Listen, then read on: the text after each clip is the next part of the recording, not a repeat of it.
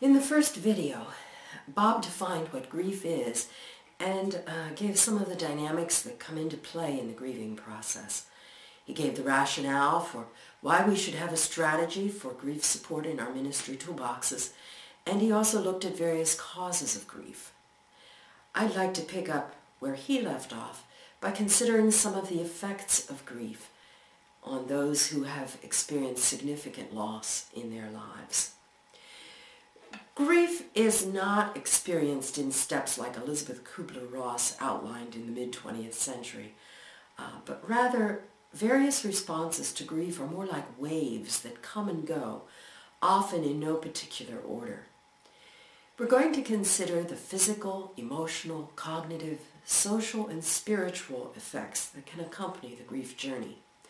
We will also look at what constitutes complicated grief. In other words, what is an unhealthy response to grief?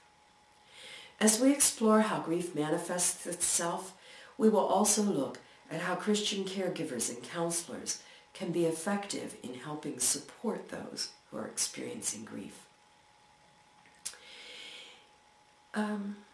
Given the fact that we are complex beings, grief affects all areas of our lives, body, soul, and spirit. Because of this, we need to be aware of how we can best holistically support a person in their grief. Physically, grief may manifest itself by a weakened immune system. This comes at a time when an individual is already under a lot of stress. They may not be caring for themselves as well as they should, and so they're much more prone to illness. Studies have shown that those experiencing grief have higher levels of illnesses, hospitalizations, and even death. To reach out and support the physical needs of a person experiencing grief, you should try to identify any unmet needs they may have. Do they need somebody to supply food? Take care of their animals, babysit if they have children, provide transportation, go with them to the funeral home. And maybe you can't do all of that yourself as the pastoral caregiver, but you can connect them with people who can help meet their physical needs. And emotionally, when we think of grief, we think of emotions for sure. Some of the emotions that accompany grief are depression, a feeling of emptiness, guilt, anger at the person who deserted you, anger at yourself that you're not coping better, irritability at those around who just don't seem to understand what you're going through. So to help a person emotionally, to support them through their grief, one of the biggest things you can do is simply be present. This takes time. But I remember one time, I don't even remember saying anything, but years later a person affirmed me when their mother died that just being there meant so much to her. And while you're being present, be listening. Don't monopolize the conversation. Listen. Listen. Encourage the griever to talk about past experiences, to talk about the person that they have lost, to remember good memories. And also encourage them to express their emotions. Affirm to them that it's quite normal to have this full range of emotion. Their cognitive abilities may also be impinged. A person may be more forgetful, might have nightmares, might make errors in judgment. In general, there's just an overall decline in energy. And so activities that once may have been routine and easy can seem to take an inordinate amount of time and energy. So what can you do? Well, you can offer help in making decisions, but don't push. This is their life. They need to make the decisions. You should also probably counsel them to avoid making major decisions during the immediacy after the loss, and gently challenge irrational thinking. Allow time for people to elaborate or to clarify what they mean if you don't quite understand where they're coming from. Another way that grief affects people is socially. You may find that someone who is grieving deeply will withdraw from other people. Of course, this only heightens their sense of loneliness. Others may find that they deal with their grief by becoming very busy so that they don't have time to think about their grief. Others may begin to travel, perhaps in an attempt to distance themselves from the reminders of their loss.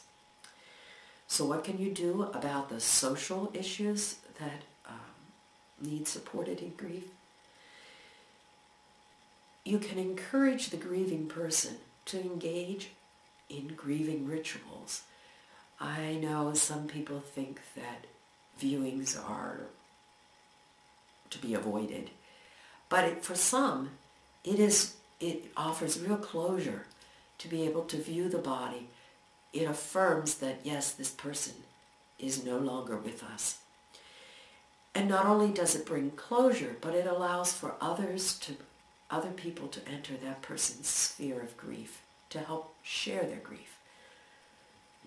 You might consider connecting the person with a support group or an individual who has experienced similar loss in the past and has come through the grief process in a healthy way. Be alert to people who may have been forgotten in the grieving process. Often we focus on those closest to the person who died, but many times there are others who also feel the loss deeply. Don't ignore people who are reluctant to show their grief. Everyone grieves differently, so be attentive to the needs of all those involved. And then, of course, grieving has a very spiritual dynamic to it as well. For some, the loss of a loved one raises significant questions or doubts about the afterlife, or why did this happen? Perhaps they may even be questioning their own mortality and their future. I would caution, though, the time immediately after a major loss is not the appropriate time to preach to someone who is grieving, or even to bombard them with theological conversations. Instead, I think that as a pastoral caregiver and counselor, you need to be open to answer questions as simply as possible. If the person who died was a Christian, it is certainly appropriate to affirm the hope of their eternal presence with God. And of course, we bring the spiritual dimension of connecting a person with God. And so to offer prayers, to read scripture is very appropriate, as long as we have obtained a permission from the person. Again, if you don't know where they are spiritually, it may be offensive to them. So be sensitive. Be sensitive to where they're coming from. I'd just like to conclude with talking about unhealthy grief. Loss creates grief for everyone, but not everyone grieves in a healthy manner. When the grief process goes beyond the normative reactions that I've just discussed, it's possible that a person is experiencing complicated grief. Some of the symptoms of a complicated grief might be an unwillingness to even talk about the loss. Perhaps they speak only in the present tense of the person as if they're still there. They may threaten self-harm or suicide. They may fall into deep depression that lasts for a long time. The depression might be associated with guilt or low or no self-esteem. While it's normal to sometimes withdraw from social connections, to do so to the extent that they refuse to interact with people may be a red flag that you're dealing with complicated grief. Substance abuse might raise its ugly head. There may be illnesses that appear that seem to be psychosomatic in nature. There might be excessive hostility, extreme mood swings. They may even refuse to change the deceased person's room or get rid of their clothing or other things that are of no use anymore. They may refuse all offers of counseling. They may show hyperactivity or extreme busyness. Or on the flip side, they may become so stoic that they will not allow anyone even to recognize that they're suffering grief. Or they may exhibit almost euphoric joy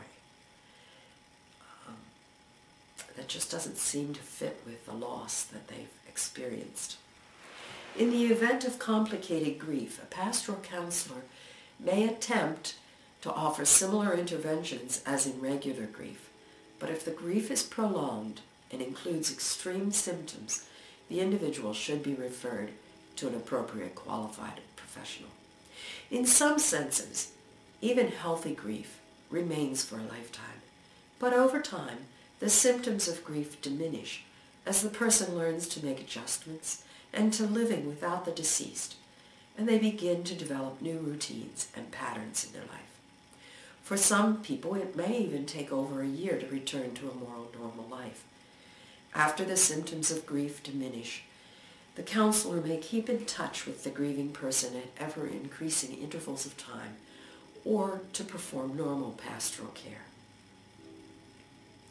There are many resources available for anyone who wants to support someone in their grief.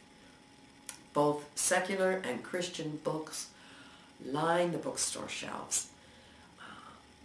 Just a quick search at Schaeffer Library on grief counseling offered 63 titles.